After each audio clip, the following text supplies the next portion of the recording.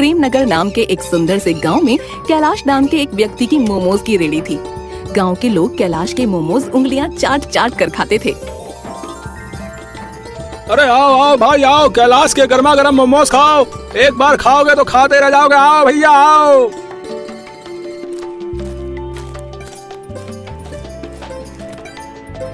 अरे कैलाश भाई जल्दी से मेरे लिए एक प्लेट गर्मा गर्म मोमोज लगा दो। और हाँ, मेरी फेवरेट लाल चटनी देना मत भूलना, ठीक है? अरे हाँ भाई, क्यों नहीं। अरे लाल चटनी का क्या, हम तो तुमको हरी पीली नीली सभी प्रकार की चटनी खिलाई देंगे। हाँ। फिर कैलाश उस व्यक्ति को एक प्लेट मोमोज दे देता है और वो व्यक्ति बड़े ही चाव से मोमोज खाने लगता है। वाह वाह कैलाश भाई, तुम्हारे मोमोज का तो जवाब ही नहीं है। तुम्हारे मोमोज खाकर तो ऐसा लगता है जैसे मैं किसी और ही दुनिया में चला गया हूँ भैया। अरे भाई, ये तो आप सभी का प्यार और बड़प्पन है, वरना इस बाजार में और भी लोग मोमोज बनाते हैं।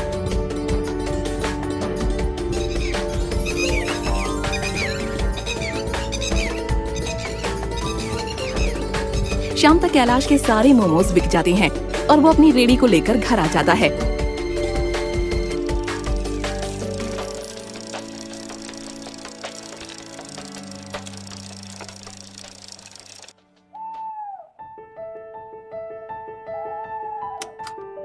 अरे रमा, ये सुरेश कहाँ गया? कहीं नजर नहीं आ रहा है। कैलाश इतना कह ही रहा होता है कि तभी वहाँ सुरेश आ जाता है। लो, शैतान का नाम लिया और शैतान हाजिर। क्यों रे सुरेश, कहाँ था तू इतनी देर से? ये कोई टाइम है घर आने का? अरे मेरी प्यारी माँ, मेरी इतनी चिंता काहे करती हो? अब मैं कोई छोटा बच्चा थोड़ी हूँ जो तुमसे पूछकर घर से बाहर जाऊँ और तुम्हारे कहने पर घर के अंदर आऊँ। सुरेश, ये कोई तरीका है अपनी माँ से बात करने का? रमा, ये सब तुम्हारा ही किया धरा है। अगर तुम इसे सर पर न चढ़ाती तो आज ये ऐसा ना होता।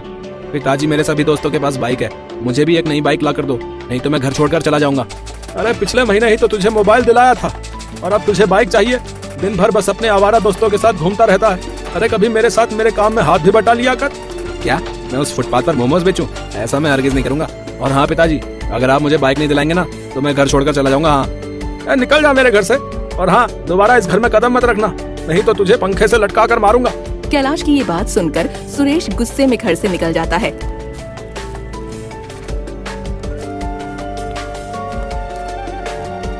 आपको उससे ऐसा नहीं कहना चाहिए था। वो इतनी रात को कहाँ जाएगा? जब रात को फुटपाथ पर सोएगा ना, तब खुद ब खुद अकल ठिकाने आ जाएगी। रमा, मैं उसकी रग रग से वाकिफ हूँ, तुम बिल्कुल भी चिंता मत करो। वो नालायक जल्द ही घर आ जाएगा। इतनी रात को मैं कहाँ जाऊंगा? अगर कहीं मुझे किसी भूत ने पकड़ लिया तो मेरी तो पैंट ही गीली हो जाएगी। सुरेश रास्ते से जा ही रहा होता है कि तभी एक काले रंग का कुत्ता उसके पीछे पड़ जाता है। अरे मम्मी, कोई बचाओ। अरे बाप रे, अरे ये मेरे पीछे कुत्ता कहाँ से आ गया? अरे कोई मुझे इस कुत्ते से बचाओ, नहीं तो ये मुझे कच्चा चबा जाएगा।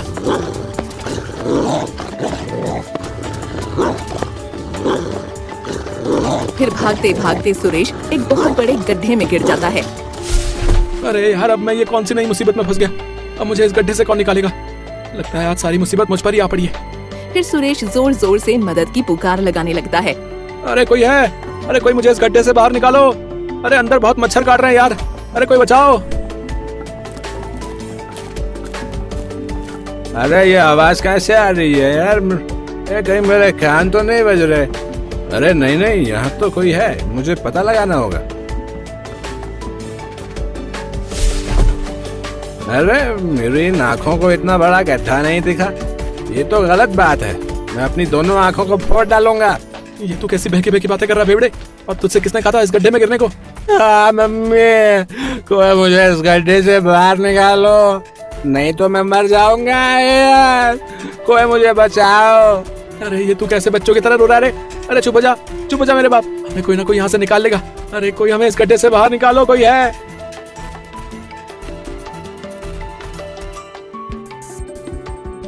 रात के समय दरोगा जी अपने घर जा रहे होते हैं कि तभी उनके कान में सुरेश की आवाज टकराती है और वो हवलदार तावड़े से कहते हैं, अरे तावड़े, ये आवाज कहाँ से आ रही है?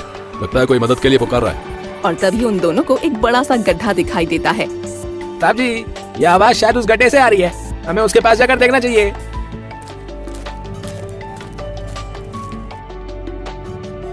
अरे दरोगा जी, अच्छा हुआ कि आप यहाँ पर आ गए।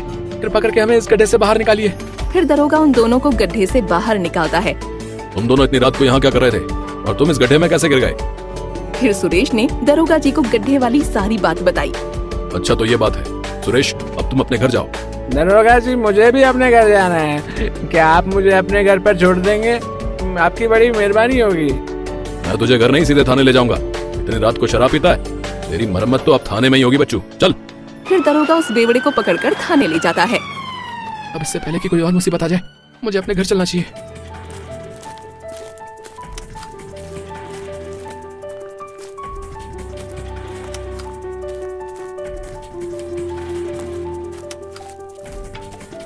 अरे ये कुत्ता तो फिर से मेरे पीछे पड़ गया। अरे भागो, अरे कोई बचाओ मुझे इस कुत्ते से।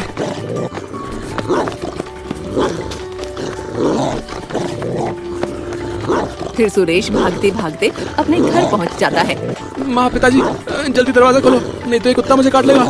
सुरेश की आवाज सुनकर रमा और कैलाश आते हैं और घर का दरवाजा खोलते हैं। अरे क्या हुआ सुरेश, तू इतना हाफ क्यों रहा है? आखिर बात क्या है? अरे माँ, मेरे पीछे एक काला कुत्ता पड़ गया था, मुझे जल्दी घर के अंदर छिपा लो, नहीं तो वो कुत्ता मुझे काट लेगा। हम तुझे घर के अंदर तभी आने देंगे जब तू मेरे साथ मेरे काम में हाथ बटाएगा। हाँ ठीक है पिताजी, कल से मैं आपके साथ मोमोज की रेडी लगाऊंगा और मैं आपको भी कभी परेशान नहीं करूंगा। सुरेश की ये बात सुनकर कैलाश बहुत ही ज्यादा खुश हो जाता है।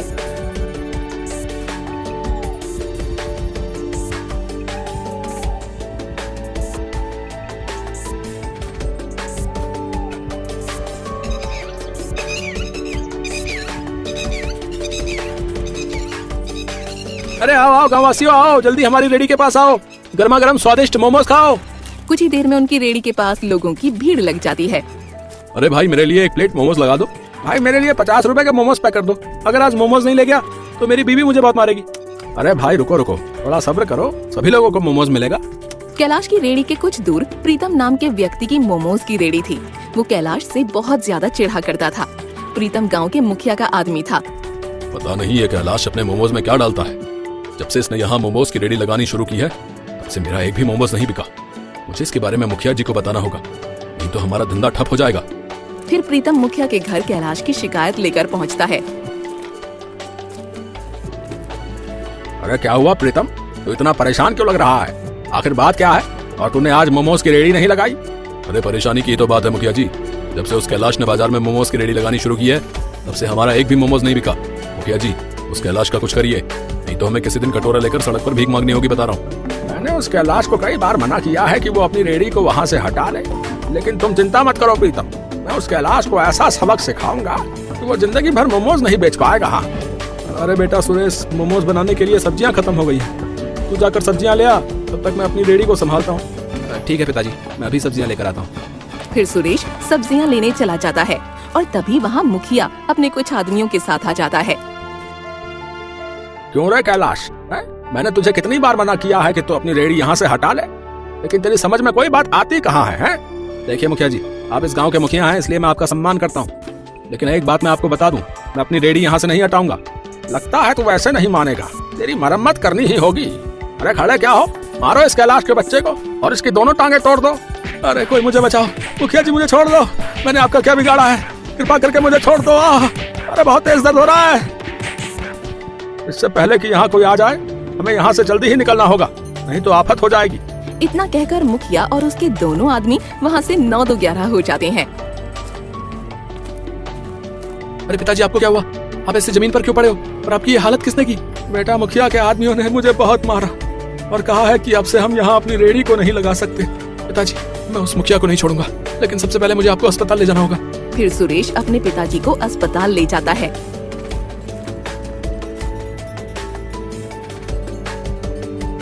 देखिए, आपके पिताजी 1-2 महीनों तक चल नहीं सकते, उनके पैरों में गहरी चोट आई है, बेहतर होगा कि वो 1-2 महीने घर पर ही आराम करें। फिर सुरेश अपने पिताजी को लेकर अपने घर आ जाता है। अरे सुरेश, ये तेरे पिताजी को क्या हुआ? माँ, ये सब कुछ उस मुखिया का किया धरा है, मैं उसकी शिकायत दरोगा जी से करूंगा, मैं उस मुखिया को छोड़ूंगा नहीं। बेटा, अभी हम उस मुखिया का कुछ नहीं कर सकते, हमारे पास उसके खिलाफ कोई ठोस सबूत नहीं है। अगर हमने उसकी शिकायत दरोगा जी से की तो वो हम पर विश्वास नहीं करेंगे।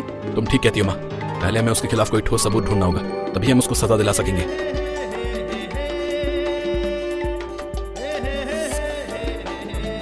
देखा प्रीतम, मैंने उस कैलाश का ऐसा हाल किया कि मोमोज बेचना तो छोड़ो, वो मोमोज खा भी नहीं पाएगा। मान गए मुखिया जी आपको?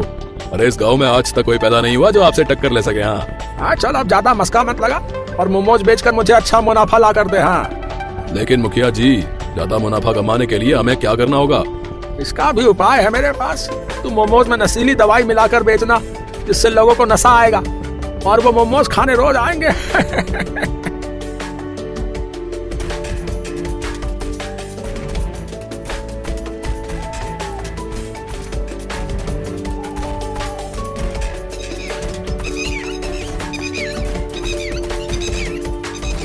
अगले दिन प्रीतम मोमोज की रेडी लेकर बीच बाजार में पहुंचता है और आवाज लगाते हुए कहता है, अरे आओ आओ भाई, स्वादिष्ट स्वादिष्ट मोमोज खाओ, प्रीतम के स्पेशल चिकन मोमोज।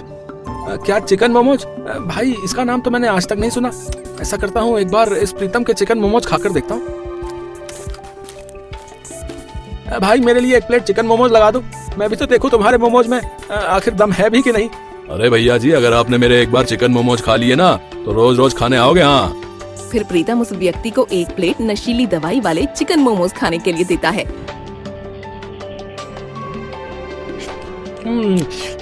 अरे वाह भाई, तुम्हारे मोमोज तो बहुत ही स्वादिष्ट हैं। ए भाई, इनको खाकर तो मजा ही आ गया भाई। उस व्यक्ति की ये बात सुनकर आसपास के सभी लोग भी प्रीतम की दुकान पर मोमोज खाने आने लगते हैं।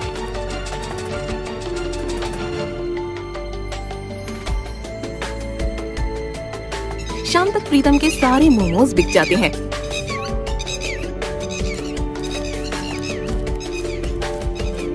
ये लीजिए मुखिया जी, आज की कमाई। आज तो हमें दुगना मुनाफा हुआ है। हाँ। कैसी लगी मेरी तरकीब? अब तू रोज मोमोज में नशीली दवाई मिलाकर बेचना, इससे हमारा मुनाफा दुगना से तिगुना हो जाए।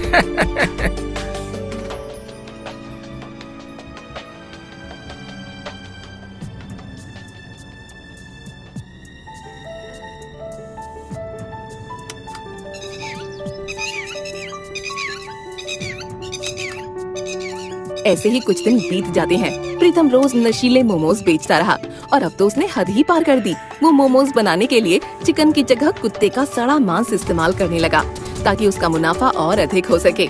फिर एक दिन, मेरे पेट में बहुत तेज दर्द हो रहा है। अरे कोई बचाओ, मैं और दर्द सहन नहीं कर सकता। अरे क्या हुआ तुम्हें भैया?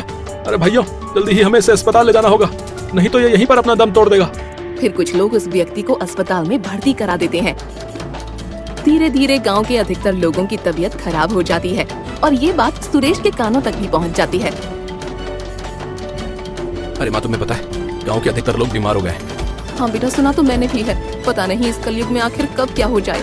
अगर गांव के सभी लोग बीमार हैं, तो फिर हमें कुछ क्यों नहीं हुआ? इसके पीछे जरूर कोई ना कोई गड़बड़ है, मुझे पता लगाना ही होगा। फिर सुरेश बीमार व्यक्तियों की जानकारी लेने गाँव के अस्पताल में पहुँच जाता है।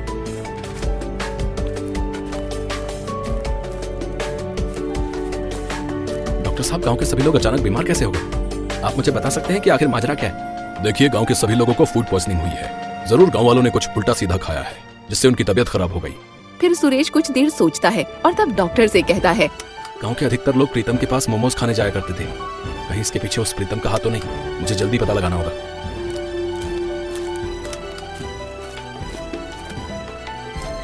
जैसे ही प्रीतम रोज की तरह मोमोज में नशीली दवाई और कुत्ते का मांस मिला रहा होता है, तभी सुरेश पीछे से अपने फोन में उसकी वीडियो बना लेता है और जाकर दरोगा जी को बता देता है।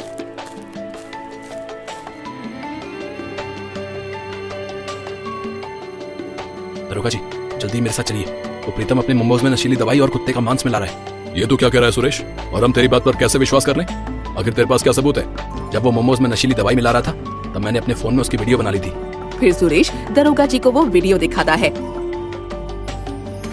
अरे ये सुरेश तो सही कह रहा है, हमें जल्द ही इस प्रीतम के बच्चे को पकड़ना होगा, नहीं तो ये गांव के सभी लोगों को बीमार कर देगा।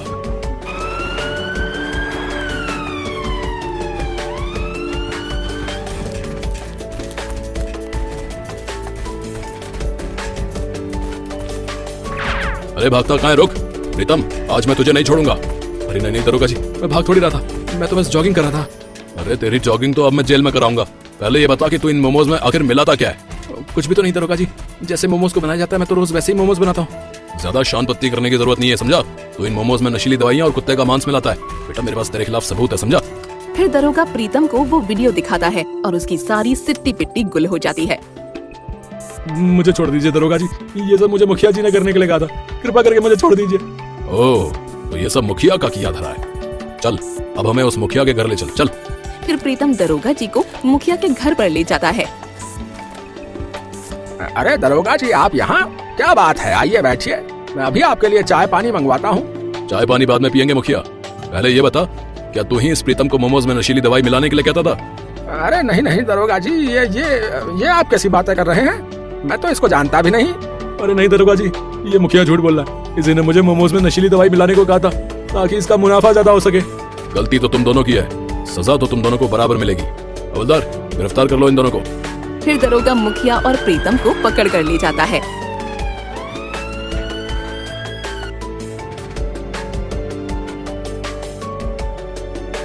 अरे माँ, लोगों के बीमार होने के पीछे उस मुखिया का ही हाथ था। आज उस मुखिया को पुलिस पकड़ कर ले गई। अच्छा ही हुआ जो उस मुखिया को पुलिस पकड़ कर ले गई। जो दूसरों के साथ बुरा करता है, अंत में उसके साथ भी बुरा होता है।